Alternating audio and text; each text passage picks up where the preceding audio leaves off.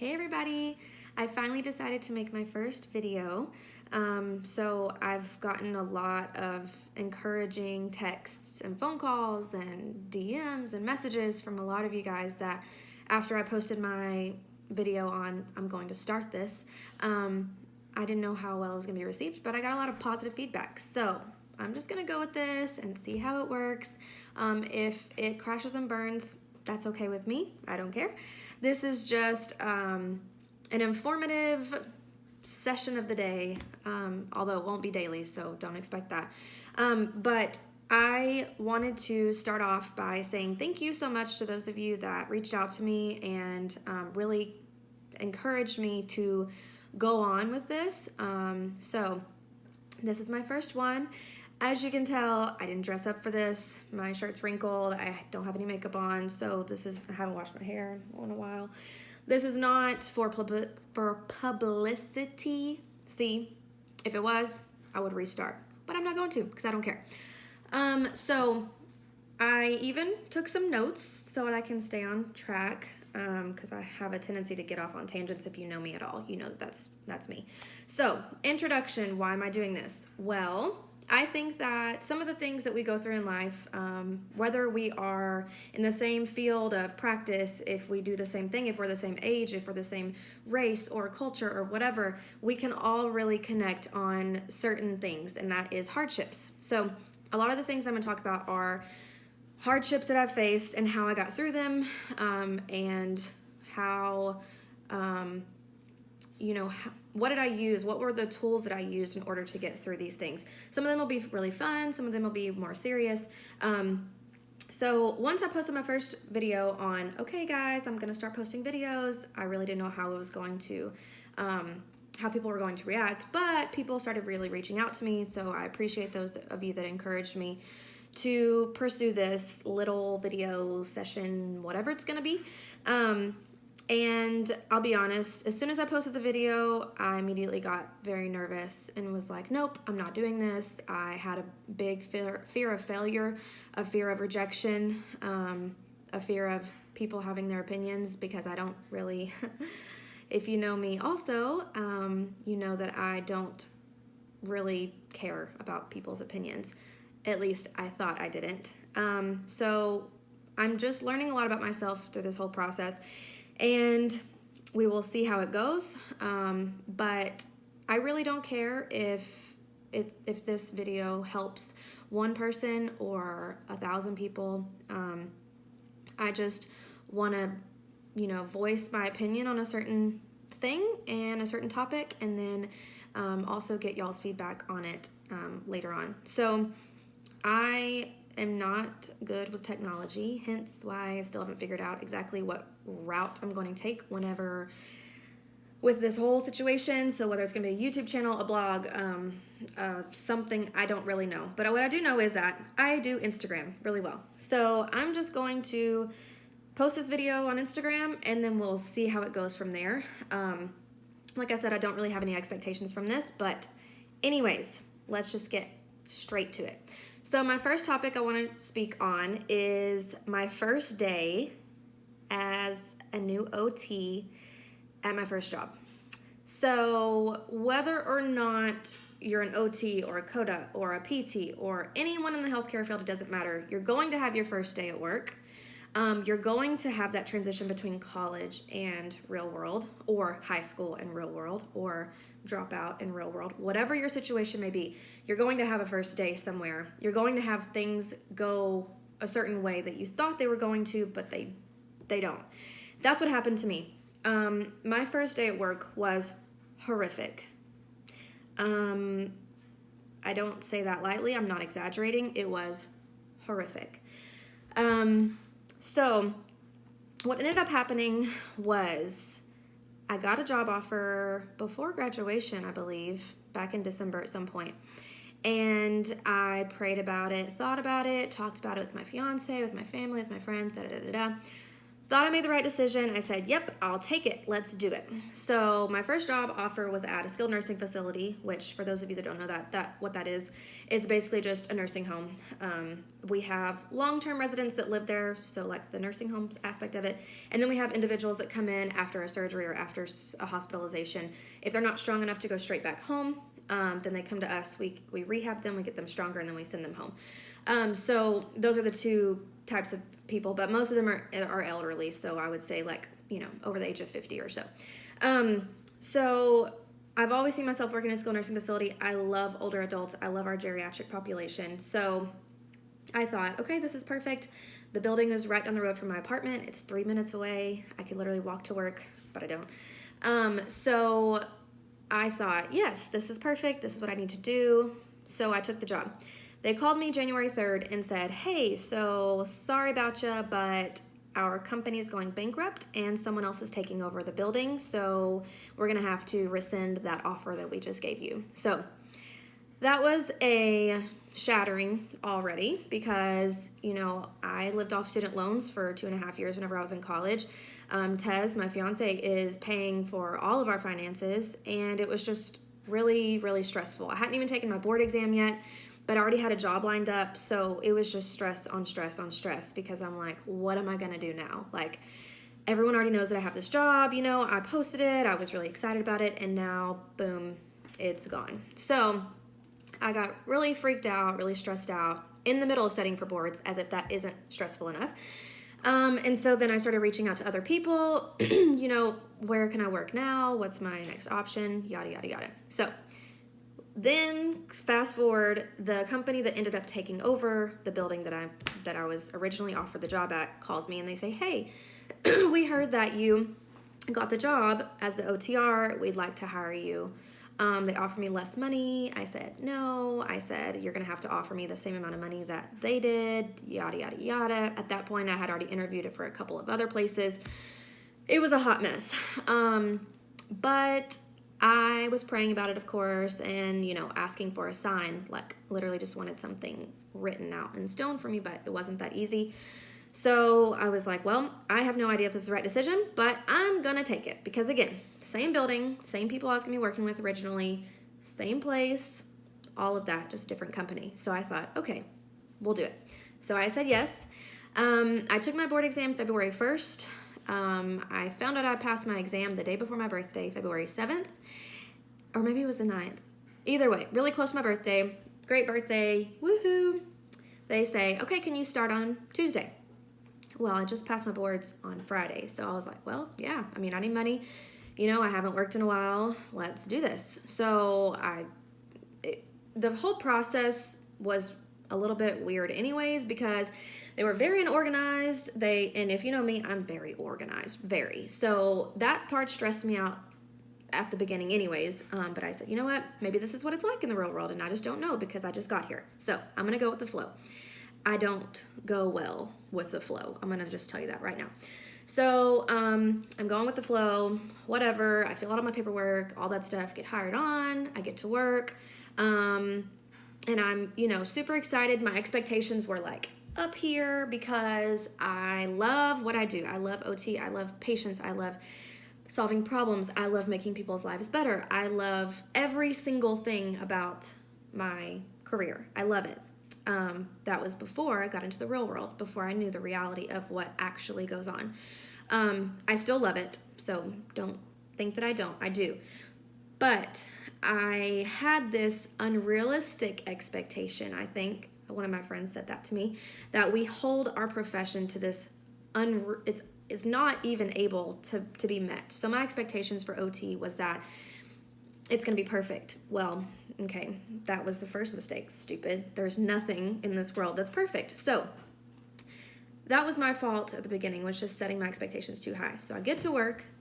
It's my first day. I've got my scrubs. I've got my lunch. I've, done my devotional for the morning. I've got my coffee. I've got everything ready. I've prepared for this day for the last, how long was I in college? Forever, seems like 6.5 years or so. Yeah. So this is my first real job where I get benefits. I'm going to get paid big bucks. It's very exciting. Well, I got to work and they gave me a piece of paper and they said, here you go. Here's your patient list. Go see them. And I was like, well, where do I clock in? Like, where do I put my lunch? Where is the bathroom? Where is anything? You know, I wasn't given any direction or guidance. I was promised whenever I got hired on that I would have an orientation, that I would have documentation training, that I would have someone to shadow for a couple of days just to get me, you know, acclimated. Yeah, no, none of that was given to me. None. Zero. The people that I was working with, that I work with now, that I was working with on my first day were amazing. My speech therapist, my physical therapist, my CODAs, you know, they were all very helpful and tried to be very helpful, but it wasn't their job to do that. I was supposed to be trained. I was supposed to have some sort of mentor. I was supposed to have A, B, C, D, E, F, G, and I had nothing. They did the best they could, but they have their own caseload. You know, they have patients they have to see. So it was bad. All day long I was holding back tears, all day long. And I was just thinking, I made the wrong decision. This isn't where I'm supposed to be. Oh my gosh, why did I do this? You know, I'm going to have to quit. This is going to be terrible. This is going to be embarrassing. All the things that you tell yourself whenever something doesn't go perfect or something doesn't go exactly how you thought it would. So it was bad. I finished my first day. I ended up seeing a couple of patients. Again, no documentation training. How do I document this? I have a license, a medical license to practice. So if I do anything that messes that up, they can take my license away from me, and all of this work would have been for nothing. So that's why it's so stressful, at least on my end. I know that it's stressful in other areas of work as well, and it's different types of stress. But my stress is I worked my butt off to get here. And just because I wasn't given what I was supposed to be given, the tools and the guidance and the direction, I don't want to lose my license because that's not my fault that I wasn't given these, you know, these tools. So it was very frustrating. It was very upsetting. At the end of the day, I ended up sitting in the gym for like an hour and a half or 2 hours. I don't even know at this point. I just tried to block this out of my memory. But at the end of the day, everyone had left, gone home. I was sitting around waiting on someone to tell me what to do. That never happened. And I sat in the gym for like an hour and a half or 2 hours just by myself, hanging out, waiting on somebody to come that never came. And I was heartbroken. So I left. I just walked out and didn't clock out, nothing. Got to my car, burst into tears, cried for like 20 minutes before I could even gasp enough air to drive home. Drove home, sat in the parking lot again, cried for another 20 minutes or so. Finally came inside, broke down yet again whenever Tez asked me, how was your first day? Because it was nothing like I expected. It was nothing like they tell you it's going to be in school. And again, this is really hard to talk about because I'm sure everyone has different experiences. And I know a lot of people, a lot of my classmates started their jobs and they had 3 weeks of training and they had this welcome party and they had this sign and a cake and all this stuff that I was kind of expecting. And I didn't get any of that. And that was a little bit irritating to me. And every time I would see someone starting their new job and it said, welcome in so-and-so, we're so happy to have you here, and here's your amazing team, and here's your mentor, and here's your this, and here's your that, and I was given nothing. So I was jealous. I mean, obviously, we all went to school to do the same thing, but we didn't get the same treatment out of school. And I know that some people have had worse first days than me, so I'm not trying to say feel sorry for me by any means. I'm just saying that things don't always go as you expect. So, at the end of all of this, I will say, I was wondering, what am I going to do, right? What am I going to do? Like, how am I supposed to move on after this? It was a whirlwind of emotions. There was a lot going on. I called a couple of my clinical instructors from the past. One of them, her name's Hannah, she helped me in tremendously. She's the one that talked me off the ledge. She's the one that really told me, this is what you have to do. You have to go in there and you have to demand A, B, and C. And if you don't get those things, then you need to go. So that's what I did. I cried a lot that night.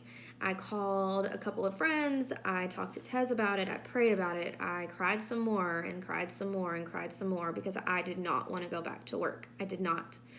So anyways, I went back to work the next day, and I sat down with my director and I said, hey, this is not what I expected at all. I'm very disappointed in the way my first day went, yada, yada, yada. And I demanded certain things. I'm not going to see patients until I know what I'm supposed to be doing. I'm competent in my ability to treat patients. I know how to talk to people. I know how to treat people. That's not the problem. The problem is I don't know what to do behind the scenes. And that's really important. That's almost as important as seeing patients and treating them. She was awesome. She said, you know what? I totally understand. This is not what you expected. This is not what she expected either. Rewind to whenever I told you that the company had just been taken over by another company. So it was a shock to her as well. She thought that they were going to give me orientation and training and this and that and that. I didn't have any of that.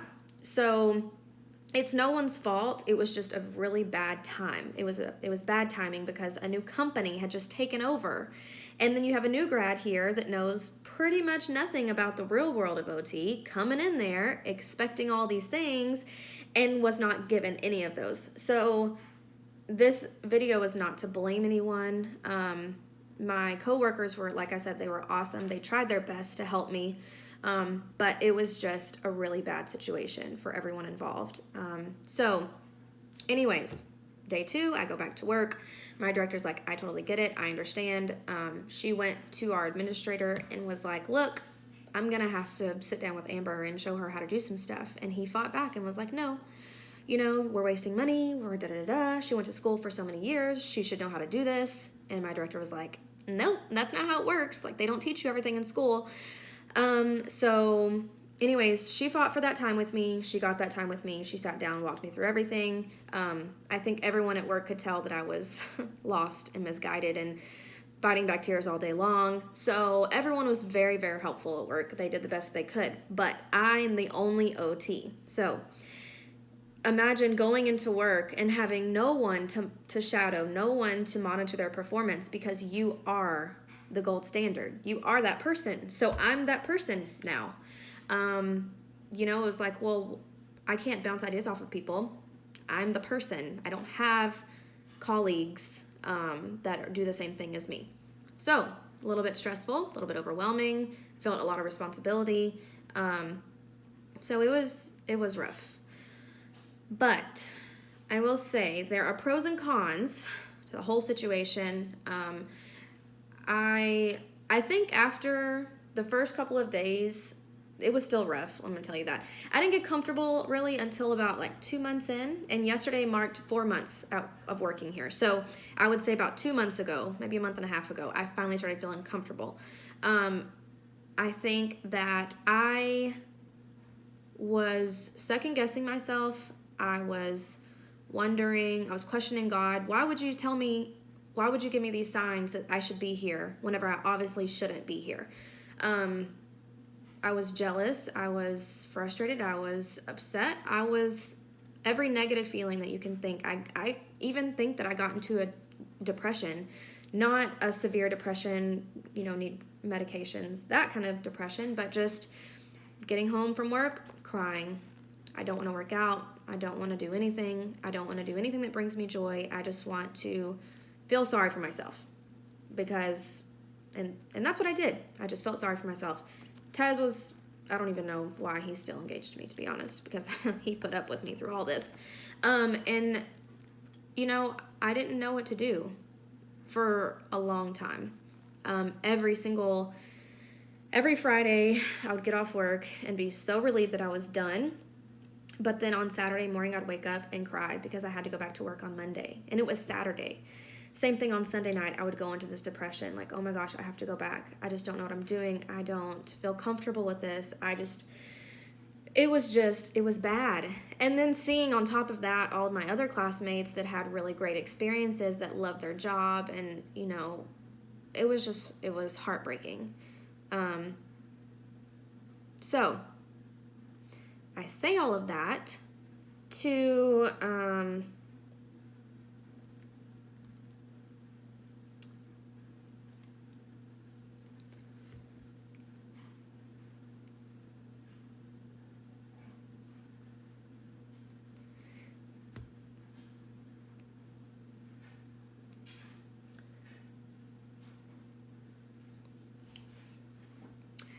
let you know that if this is you and this is a situation that you've been put in,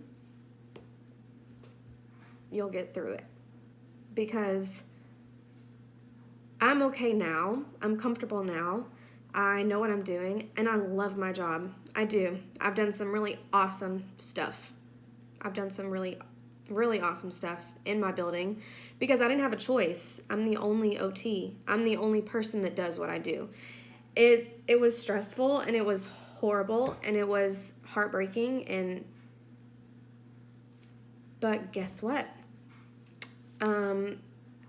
Look at me now. Not right now, because obviously this isn't what you want to look like, but I love it. I love what I do now, and I'm going to post another video later on what are some things that I did, what are some things that I've done, some changes that I've made to make this worthwhile, because I got to a point where I was like, look, I'm the only person that's going to change the way that I feel about this, that's going to change the way that I, am living my life. So either I can sit around and feel sorry for myself and be depressed and let this experience break me, or I can get over it. I can make the best of it.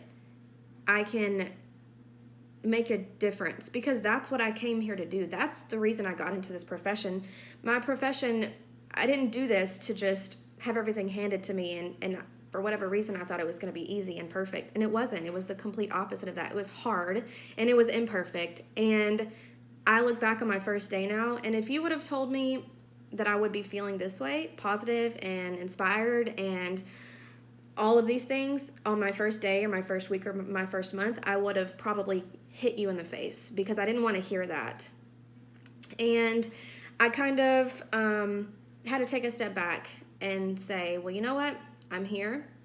My patients need me. This isn't about me. I was called to serve. I know that the reason I'm an OT is because I want to serve people. I want to help them. I want to educate them and train them and get them back to being independent. So why is this about me? It shouldn't be about me. Yes, of course, I need to be happy. And of course, I want to feel respected and, appreciated and all of those things. But I think that I let all of that get in the way of, it kind of blinded me for just a second. So whether or not you are an OT or any sort of healthcare professional or whatever your case may be, there's going to be instances like this. And it's funny because people would never have guessed that this happened to me, because everyone sees me, and a lot of you guys think I'm just this positive little ball of energy and, super happy and super whatever you want to say, fill in the adjective, that's fine. And that's, of course, that's how everyone wants to be portrayed, but that's just not the reality of it. That's not what always happens. That's not how we're feeling behind the scenes. And yes, social media can make you look a certain way or make your life look like it's going a certain way, but there's hardships behind every single person. People are going through things that you would have never guessed. And so I guess my whole realization within this process is, find people that you can rely on, that you can talk to, that are going to say the right thing that you need to hear, or that you can just talk to them and they can just listen and you can vent to them. Because, and even if it's not a first job, if it's a relationship, if it's a situation, if it's a whatever it is that you may be going through, you have to find those people, those plugs that you can talk to, that you can communicate with, that you can vent to or scream to or whatever, because you can't do this on your own. And that's what I do this a lot in a lot of things. I try to take on too much. I try to do everything by myself. I don't delegate. I don't want to take handouts. I don't want to take feelings. I don't want to take pity. I don't want anyone to think that I'm doing anything that isn't perfect because I'm a perfectionist. And that's just not the case. It can't be. You're going to drive yourself crazy. You're going to go crazy. And you just can't hold yourself to these expectations. You can't hold yourself so high that whatever happens, you're going to fail. Because if your expectations are here and you perform at here, then you still failed. So don't do that to yourself. And for me, it was people that I could talk to, people that I had to shut out for a while because I was sick of seeing their positive lives. And I was like, I can't see you right now. I just need a break. People that I shut out for a while. I prayed a whole lot, like throughout the day. I think this whole experience has brought me closer to God because I had nothing left to turn to.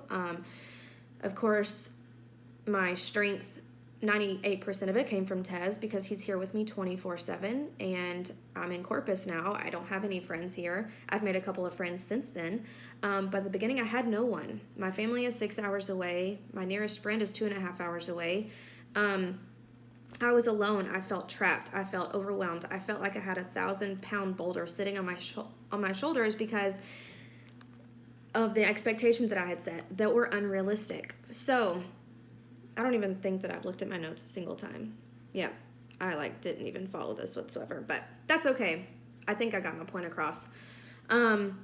So I wanted just to give that information out because since then I've talked to a couple of classmates, and I had another classmate that had the exact same situation happen to this person, and they reached out to me, and I was able to give a little bit of encouragement and positivity because I came out the other end of it. So I started out in this really terrible situation, and then I had it was a pretty hard middle, and now I'm over here on this side of it, coming out of it. And looking back on it, it was horrible. And obviously I still get emotional talking about it because it wasn't what I expected. But that's just how it's going to go sometimes. That's life. And don't think that it takes someone super strong or super opinionated or super bold or super whatever. Those things that you may think about me that, oh, well, you got through it because you are A, B, and C. It doesn't matter because I still have insecurities. I think people see me and think a certain thing, but I'm still insecure with certain parts of my body. I'm still insecure with certain things that I do. I wish I was a better Christian. I wish I didn't do this. I wish I did that. I wish I had this. I wish I didn't have this.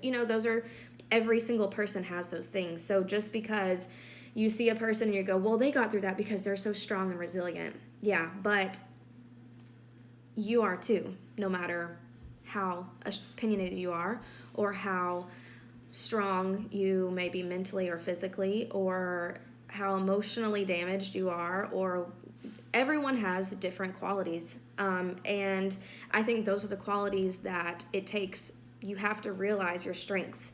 You also have to realize your weaknesses. And you have to take those into consideration whenever a big change like this happens. You have to prepare yourself mentally. I wasn't prepared mentally. I set myself up for failure. That's what I did. So, wrapping this up, this was supposed to be a 15-minute video, and we're almost at 30. So, if you're still here, thanks. So, the Bible verse that I consistently went to throughout this whole situation was Psalms 46:5. God is within her, she will not fail. And I had to recite that to myself and write it down on my schedule every single morning and put sticky notes everywhere to remind myself, because I didn't remind myself that enough. And you can replace it with God is within him, he will not fail. That's the truth. So this was pretty crazy. Not sure what my next video is going to be about. I think something along the lines of, I know that a lot of you reached out with certain things you want me to talk about, so I'll do that, of course. This was just an introduction video to kind of show you what it's gonna be like, and to get your feedback on this. So obviously text me, call me, comment if you want. If you're negative though, you might get blocked, just saying. But anyways, I'm gonna do some budgeting videos because Tez and I are on this Dave Ramsey journey right now. If you know who Dave Ramsey is, he's like a financial advisor, and we are like kicking our debt in the butt. Also, student loans, I know y'all want to talk about that. I'm planning a wedding. I have some craft stuff. So there's a lot of things that I want to talk about and discuss with you guys and just give you my opinion. So keep the ideas coming and let me know, what you think about this video. And if you're having a situation like this, you're going through something like this, whether it's me or someone else that you can confide in, even if I don't even know who you are, if you're just a follower that found my page somehow, I don't know, reach out to me, please, because I can give you a little bit more details of insight and things that I did. This was a very general overview of kind of my my transition from school world to real world, but please reach out to me. I like giving advice, even if it may not be the best, but I will give you my advice for what worked for me and what did not work for me. Oh my gosh, time to go. Okay, so thank you so much for watching. Even if it's just 2 of y'all that lasted the whole time, that means a lot to me. So thank you so much, and I will see y'all next time.